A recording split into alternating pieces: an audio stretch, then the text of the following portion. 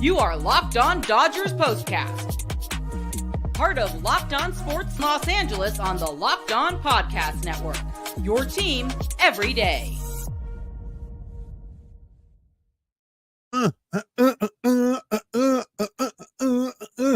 That felt freaking good. Suck on that, Padre fans. Oh, handing them their ass at Petco. So tasty. Yum, yum. Oh, that felt so good. Welcome to the Locked On Dodgers Postcast on the Locked On Sports LA YouTube channel, the place to hang out when every game is done. You can also listen wherever you find your podcasts on the Locked On Dodgers podcast feed. I am Pete Fox, covering sports in LA dating back to 2007 for ESPN LA and NBC Sports Radio. Tonight's episode of the Locked On Dodgers Postcast is brought to you by Booking.com. Booking.yeah. The right stay can make you a fan of any city, even your baseball rivals. Book today at Booking.com, the official accommodation partner of Major League Baseball. Get the Booking.com app today. Well. That was satisfying and stressful all at the same time. As I was texting back and forth with my text group, my buddies from high school, 2 or 3 of which are Padre fans, or like I've mentioned before, a couple of them live in San Diego and are kind of Padre fans, not really big baseball fans in general. One of them is just not a Dodger fan, although he lives in LA. He's an Angels fan. So he has jumped on the Padres bandwagon. And he was like, when it was 5-0 early in the game, like the third, he was like, all right, game 5. All the Dodger fans are like, slow down, not over yet. Long way to go. But it did feel good that Mookie Betts hammered another first inning home run, 2 for 5, 2 RBIs. At that point, after that home run, which went 401 foot on a 3-2 count, just laced to center field. He was 4 of his last 6. I think that came after his next hit because he got back-to-back hits there. So he turned it around very quickly. Hard work pays off was my comment after that. Get in the cage and work. Really surprised about the bullpen night. I thought for sure Landon Knack would get the start, but instead Landon Knack got the save. Came in to close it down. But really well managed by Dave Roberts. If you asked me, not a lot of fire Dave Roberts in the quotes tonight. Dave Roberts and the Dodger coaching staff, whoever was involved in this game plan, did a fantastic job. Really. They had it down to a T. And everybody came in and did their job. 8-0 the final. If I haven't mentioned that, burying the lead. Shohei Ohtani, some clutch hits. 1 clutch hit with an RBI. Got on base twice with walks. Nice at bats. Teoscar, a couple of hits. Max Muncy, a clutch double. Really, honestly, though, for me, the fact that Brazier came in to start this game, pitched 4 batters, 0-2 on Tatis, and then he threw him a breaking ball to strike him out, felt really good. That's kind of like set the momentum. But he was really precise, living on the outside half of the plate. That kind of thing happened all night with the pitchers. They didn't make a lot of mistakes. And I think that is a big reason that the bullpen was able to do what they did tonight. Shutting down the Padres. They did get 7 hits. Only 1 batter to third base, though. That was Cronenworth late in the game, one that bounced off the wall. Chris Taylor did an okay job playing it. I thought he maybe overran it a little bit, but, hustled to get the ball, get it into the infield, and keep it to a triple. As far as Chris Taylor's night at the plate, ouch, the golden sombrero with 4 Ks. I'll be fine if we don't see him at the plate in game 5. But Shohei, here's the thing about Shohei. We've talked a lot this season about Shohei being a better low leverage hitter than a high leverage hitter. Well, that changed down the last few weeks of the regular season. And when you get right down to it, I broke the numbers down or dug into them a little deeper. And really, honestly, Shohei Ohtani is the best situation for him is medium leverage. That's where he is at his best. There is a category for medium leverage as well. But of late, with runners in scoring position, with RISP, 15 of 18. Now that's high leverage. And again, tonight, first pitch swinging.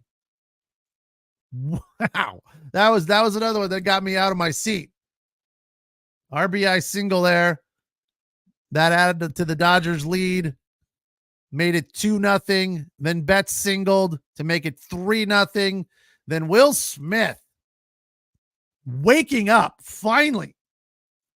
Emailing back and forth today with one of my colleagues at KLOS in LA, where I do the sports reports every day. Huge Dodger fan. Her name's Renee. She says they got to sit Will Smith down and give Austin Barnes a chance. I'm so glad they did it because Will Smith lit one up in the third inning, 432 feet. Max Muncy aboard. That made it 5-0. And that was the longest home run of the postseason, which I was surprised to hear.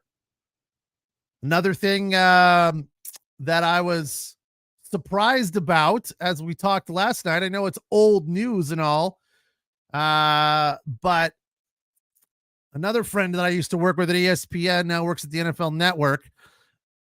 He put up some posts on both Instagram and Facebook that Joe Davis and John Smoltz had that call wrong yesterday when Manny Machado ran out of the baseline to interfere with Luxy at second base, and the ball bounced off his back and led to the big 6-run inning.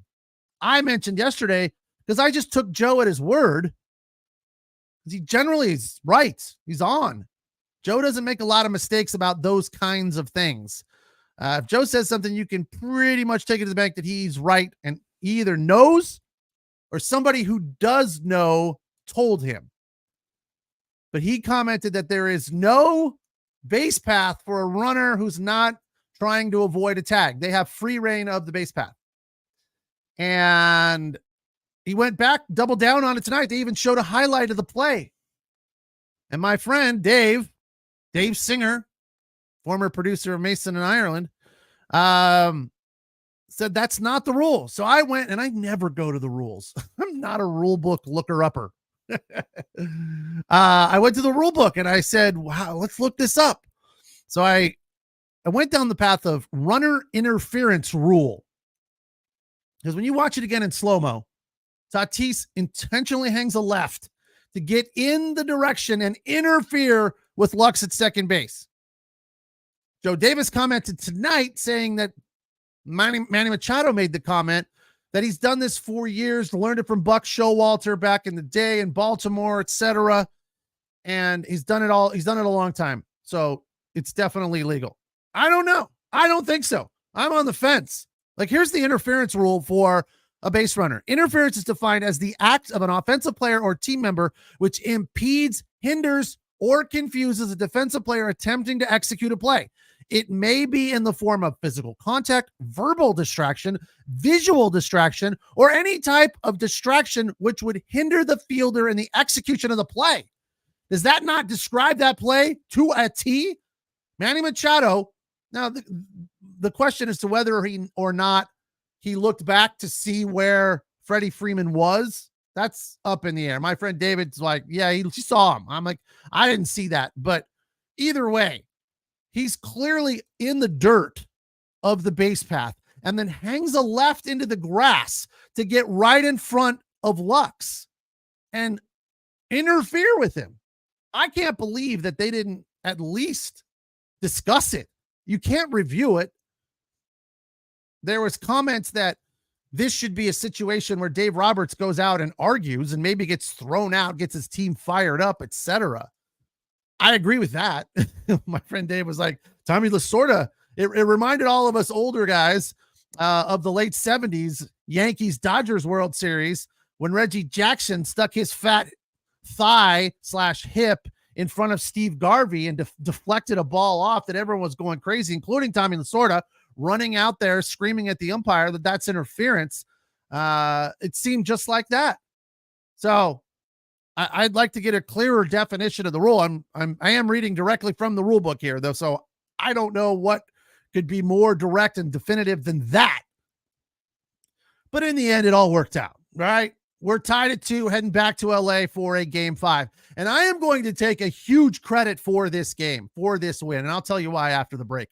It's the Locked On Dodgers postcast on the Locked On Sports LA YouTube channel, the place to hang out when every game is done. You can also listen wherever you find your podcasts on the Locked On Dodgers podcast feed. That's where you find Jeff and Vince doing the Locked On Daily Dodgers podcast. 8-0. Dodgers hang one on the Padres in front of their crazy, rabid, lunatic fans who are embarrassing. We'll get to that as well. 8-0, the final to even the series at 2 games apiece, coming back to LA for game 5 on Friday. Tonight's episode of the Locked On Dodgers postcast is brought to you by Game Time. You know, Game Time is one of my favorite apps for getting tickets. It's really the number one ticket app that I'll use. I have another one, but Game Time I go to first.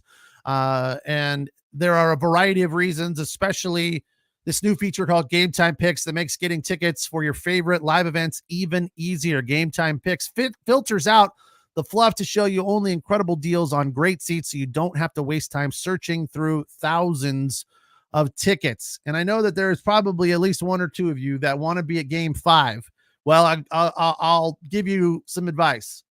Get ready to get into your savings account. It's going to cost you. It's going to be expensive, but I guarantee you that the best deals you're going to find are going to be on Game Time. They have curated deals, which make it easier to find the best price on great seats, or for a game like this, which is going to be sold out at Dodger Stadium, any seats. The super deal, seat views, which you know I'm a big fan of, and the lowest price guaranteed. They also have event cancellation protection and job loss protection. Take the guesswork out of buying tickets with Game Time. Download the Game Time app, create an account, and use the code LOCKEDONMLB for $20 off your first purchase. Download the Game Time app today. What time is it?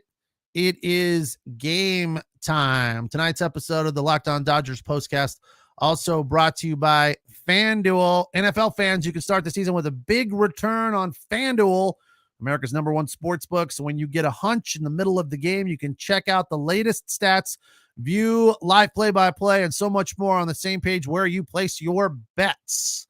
You'll get started with $200 in bonus bets guaranteed when you place your first $5 bet. That's FanDuel.com. Download the app today. All right, Dodgers post an 8-0 win over the Padres in San Diego. They ran Dylan Cease after an inning in a third. Mookie Betts got things started with a home run. That was nice to see. Dylan Cease takes the loss, gives up 3 runs on 4 hits. And then, like I said to my friends, which I thought I was being so clever, Dylan ceases to exist in this game, which felt good. I'm like, now we're getting somewhere. I like the look, this Padre bullpen is good, but I don't think they're invincible. I think the Dodgers can get to them as they did tonight. Hoeing gave up 2 runs on 3 hits over 2 1/3.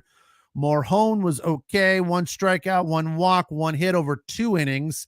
Estrada from my hometown of, well, I'm from Palm Springs. He's from Palm Desert, California. An inning and a third. That guy's got that wicked splitter. So it was nice to see him removed from the game in favor of Jacob, who hadn't pitched in forever, only threw like 7 innings all season. So that was Schultz waving the white flag. And then Peralta came in, gave up 1 run on 2 hits, including a home run. And then Matsui closed the game, 1 hit, 1 strikeout. But here's why the Dodgers won tonight. If you really want to know, me, I went full on reverse psychology on PrizePicks. I picked nothing but Padres. I'm like, not picking any Dodgers, because if I do, it'll jinx them. So I'm going to put my bad juju all over the Padres. And it worked. It worked like a charm. Reverse psychologizing. How do you say that word? Reverse psychologizing. I don't even know. But that's what I did tonight. I put my reverse psychology juju all over. Specifically, I don't do fantasy anything, but one of the options for Fernando Tatis was his fantasy score, which was like 8 or 8.5. And that's basically like total bases. Single is 1, double is 2, triple 3, home run 4, walk is 1, et cetera, et cetera. So like his number, he's been over 8.5 for like the last 5 games. That 10-2 game when he had 2 home runs, his fantasy score was 36. I was like, holy cow. So I was like, well, I know I was super negative last night. Again, that was more reverse psychologizing that the Dodgers are going to lose. We're done. Season's over. That's what I said. That's what I said during the show. I was like, look, I'm just already putting it in the bank as a loss for the Dodgers. I didn't want to get my hopes up at all. So I wagered Fernando Tatis. I wagered on Dylan Cease that he'd have more than 4 strikeouts. He had 1. And there was one other thing I put in there and combined it with Jared Goff to throw for 260 yards. Jesus says, hey, Pete, I think Mookie is finally having his moment. I'm thinking those at bats not only helped his swing, but his focus. Yeah, without a doubt. That dude is definitely locked in. I feel like Shohei is still trying to find it a little bit. I know he had a big hit tonight and an RBI, looked a little better at the plate. Only struck out 1 time. Not a terrible at bat. 2 walks I thought were really good at bats. So yeah, I would expect and hope a little bit more from him, but I think we come away from this one going, Shohei got a big hit in a big moment, a high leverage situation, runners in scoring position. Again, his number is 15 of his last 18. Max Muncy, a double, 2 runs scored. That was nice to see. Will Smith had the big home run. I hope we can keep him going. Gavin Lux, that is a luxury at the bottom of the lineup to have Gavin Lux hitting home runs and swinging a hot bat. So the bottom of the lineup is crucial to the Dodgers' success without a doubt. So don't worry, for game 5, I will bet all over the Padres again. So I can put some reverse psychology on them and hopefully they can destroy Darvish, as BC has put here. I feel like Mookie has definitely found it. Here's another huge part of what went into this win for the Dodgers tonight. They got pissed off, as I kind of hoped they would. Nando says, Rojas is hitting the casino again tonight. He closed out the buffet last night.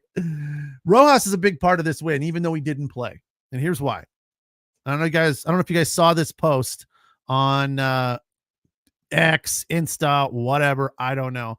Somebody was talking trash, Lay J Show, and Miggy's locker responded to rather lengthy retorts, and I'll share them with you. They're filled with foul language, so I'll use the abbreviation. But this is what Miggy said to the first one. You think you guys are the only ones who want to win this S? Every single one of the players and people in this clubhouse are doing everything to effing win. It's not because of the effing effort. We do everything possible. If that's not enough to you guys, I understand all you guys want is a victory. After the final out. Nobody in this S is lost. We playing to win, not to be the reason for the effing L. Goes on to say to LAJ Show, yeah, one effing mental mistake. I wish I would have passed the ball and get 1 out, but my effing sorry ass was trying to do everything possible to get 2 effing outs. Yeah, I effed up that decision, and you can blame the effing reason of the L. So look, obviously Miggy is passionate and clapping back, and I appreciate that. Kind of like, go after yourself. We're out here busting our ass, and you guys are putting this loss on me. And I did to a certain extent as well, because I feel like if Miggy makes that play there, it's a different ball game. Now, to say that it's all Miggy's fault, not true. I don't know that I said that. If I did, I will retract and apologize. That was not my intent. I don't feel like that loss was on Miggy, right? But I feel like if Miggy makes that play, it's a different ball game. So that's walking a very fine line there. But what I get from that is Miggy is in there being passionate and pissed off that they played like that and lost like that 10-2 to the Padres in San Diego. There was also posts where Will Smith was like, we played like S. This is not acceptable. I'm sorry, Max Muncy, not Will Smith. Maybe Will did it too, but I saw Max Muncy rallying the troops, getting the team fired up. And that's what you want. That's the kind of passion, fire that we've been yearning for from this team. And finally, we've seen it. Forcing a game 5. Yeah, I agree. Taylor had a nice play in the outfield, made a couple catches, but 0 for 5 at the plate, or 0 for 4, all strikeouts. Can't afford to start Taylor in game 5. I agree with BC there. But all in all, the fire, the passion, the fact that the Dodgers played this game for 9 innings, huge momentum. And I agree with the point that John Smoltz made late in the game, and I'll share that with you after the break. I know nobody likes John Smoltz but me. He talks too much. I saw that comment on Instagram. John Smoltz talks too much, blah, blah, blah, blah, blah. By the way, he gets paid to talk. That is his job. I don't understand the hate for John Smoltz. I don't get it. Too arrogant, too cocky, Dodger hater. Look, he's a Brave. I can understand that there's probably a small part of him that doesn't like the Dodgers, but I think he does a pretty good job of going out there and trying to be unbiased. I feel like Joe Davis at times goes too far the other way. Like, we could understand, we could appreciate if Joe is a little bit of a homer. It would offset Smoltzy not being a Dodger fan. I don't know. I don't get it. I'm sorry. I will defend Smoltz to my dying day. I think he's a fantastic broadcaster, and what I love about him most is that he is very, very knowledgeable and shares the insight of the game. This is the point. Sean has mentioned this before. Sean the Bomb.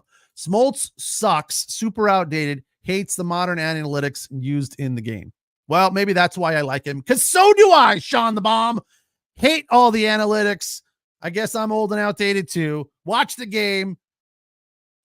Tell me what you see and make your decisions based on that, right? If you're a knowledgeable baseball man, like Smoltz is, or a knowledgeable baseball person, because they're not all men, the fact is that you should be able to tell me what's going on and what you think should happen and analyze it based on your knowledge and your eyes. We don't need analytics to give us a 5% advantage, 10% advantage, blah, blah, blah.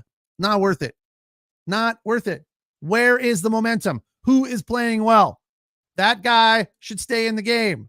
Offensively, pitching, defensively, whatever it is. So I'm a Smoltz fan, and I will defend him. I will also share his thought on the way the Dodgers wrapped up this game. That was positive.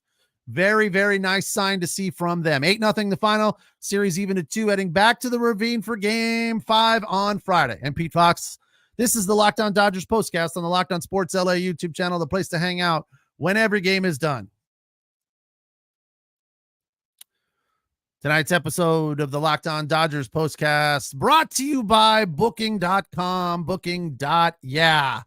Explore those U.S. cities you've always secretly wanted to learn more about, with hotels, beds and breakfast, vacation rentals, resorts, and so much more on Booking.com. You might just find your perfect stay in your baseball rival's city. I love the TV commercials. They show Cardinal fans hanging out in Chicago eating deep dish pizza, Giant fans in LA at some little boutique hotel, the Yankee fans in Boston with their kids dressed up like lobstermen.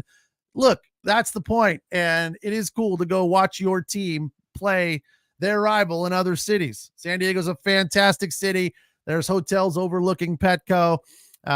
Maybe you just want to go and experience the fine cuisine they have there at Petco, which is the real deal.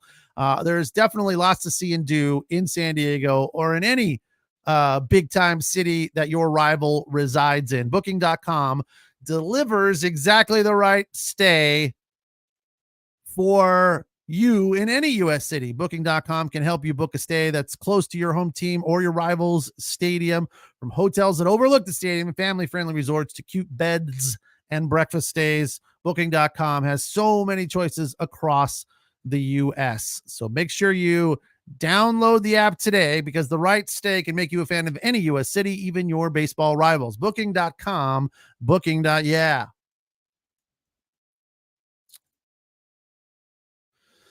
Dodgers with an 8-0 shellacking of the Padres. And here's what comes from this game for me, as the Dodgers threw a bullpen day out there, got it done.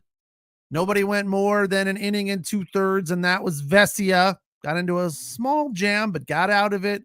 Brazier, 4 batters. Bonda, 2 batters. Kopech, an inning. Vesia, an inning and 2/3. As I said, Phillips, an inning and a third. And then 1-1-1, Hudson, Trinan, and Knack. And there was speculation as the Dodgers piled on with the Lux homer in the 7th to make it 8-0, that maybe they could just run somebody else out there that's not one of their high leverage guys and save some arms for the Friday finale of this series. And Smoltz's point, which I thought was dead on, and I'm glad they didn't, because they did everything in their power in this game to keep the Padres down. They did not want the Padres. This may not have been their philosophy, but it worked in this vein if it wasn't, right? This is a point now that the game is over and we know how it ended that has to work in favor of the Dodgers. I mean, there is a possibility that it could rile up the Padres, but the Dodgers stomped them. The Padres never threatened in this game, and the Dodgers never let them off the mat. There was a couple of rallies, the triple from the second baseman with the big long name, Eberflus or whatever his name is. Cronenworth. Sounds like a name from that Will Ferrell would put in Anchorman. Tonight, I'm Will Cronenworth with the news. Anyway, they didn't let him off the mat. They didn't give him any sign of hope, any light, any room to breathe. They kept their foot on their throat the entire game. And that's a good position for the Dodgers to be in. This was a butt kicking. This was a shellacking. Look, the Padres are a good team. We know that. They're a bunch of jerks. They're a bunch of cocky a-holes. They're a bunch of taunters. Their fans are awful. Did you see, by the way, what the fans did to the Dodgers driving into Petco? They were in the streets, like rocking their cars like it was a riot. Lunatics. I mean, have a little bit of class. Let the players get into the stadium and then yell at them. But no, they're out in the streets, like rocking their cars back and forth. Ridiculous. Oh, it's unbelievable. Childish behavior. Like it's like they're, teenagers at a titty bar for the first time. It's like, oh, they're just going ape-ass. It's craziness. So the fact the Dodgers held them down, foot on their throat through the entirety of this game, did not give them room to breathe or any room to have any hope. Now, I'm sure the Padres will have hope, right? They're capable. They know that they've played well after the All-Star break. They've won a game at Dodger Stadium in dominating fashion. So they're not terribly worried. But the fact that the Dodgers did their best and everything in their power to keep that momentum alive for them and not let the Padres find a spark of any kind, I think was a very, very wise managerial maneuver from Dave Roberts and Andrew Friedman and whoever's involved in all of their decisions. Sean the Bomb. What the hell? How did this conversation start bringing up titty bars? That's how Padre fans act to me. That was the analogy I used, which I mentioned to a few friends, and they thought it was an appropriate analogy. That's what it seems like. The Padre fans are just so like, yeah, they're just like out of control, out of freaking control, rampaging through the streets. It's unbelievable. I mean, there's getting excited and then there's rioting. They're different. They're very different. And let's call it what it is. Padre fans are rioting in the streets after wins, probably after losses too. All right. 8-0, the final tonight. Dodgers win it. Series tied at 2, heading back to LA. Winner gets the Mets. That game series over as the Mets dispatch the 2 seed Philadelphia 4-1. Whoever wins this series will be the home team in that series. So the Mets are heading west. Tigers have a 2-1 series lead on Cleveland. And I figured out something else today. Why I cannot stop calling them the Indians. Because Guardians ends with the same last 4 letters as Indians does. IANS. They had a completely different name like the Torches or something. It'd be a whole lot easier for me. If they were the Bulls or the Rams or something else, it would be a whole lot easier. But the fact that it's Guardians and Indians, this is why I think it's still stuck in my head, because it's not a completely different name. Half of the name is the same.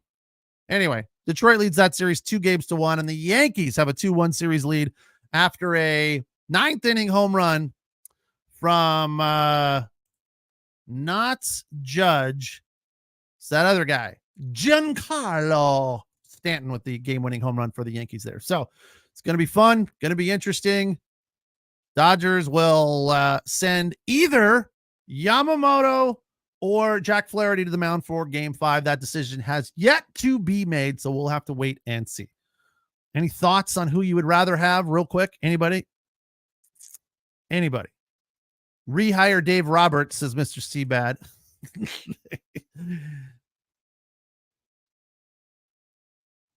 I don't know. I think I'm torn. I feel like either whoever you start, the other guy is on call. Like he's lathered, waiting. Right? If the starter gets into even the slightest bit of a jam, then the other dude is there, ready to go. ENG wants another bullpen game. Yamamoto for 3, Flaherty for 3, and then the pen for the rest. It's not a bad plan, Frank. I like that. 3, 3, and 3. That's not bad at all. That would be good. Unless whoever starts, if it's Yoshi, then he gets tagged right away. But I like that game plan. There you go. Way to go. Let's go with something like that. You know, everybody's ready. Everybody's on call. All right. 8-0 the final, series even at 2, game 5 on Friday. We'll see you right after that. Appreciate the comments. Appreciate you guys watching and listening. I'm Pete Fox. This is the Locked On Dodgers postcast on the Locked On Sports LA YouTube channel. The place to hang out when every game is done. Don't forget to check out Jeff and Vince with the Locked On Daily Dodgers podcast on the Locked On Dodgers podcast feed. You can find that wherever you find your podcast. Have a good night. We'll talk on Friday. Take care.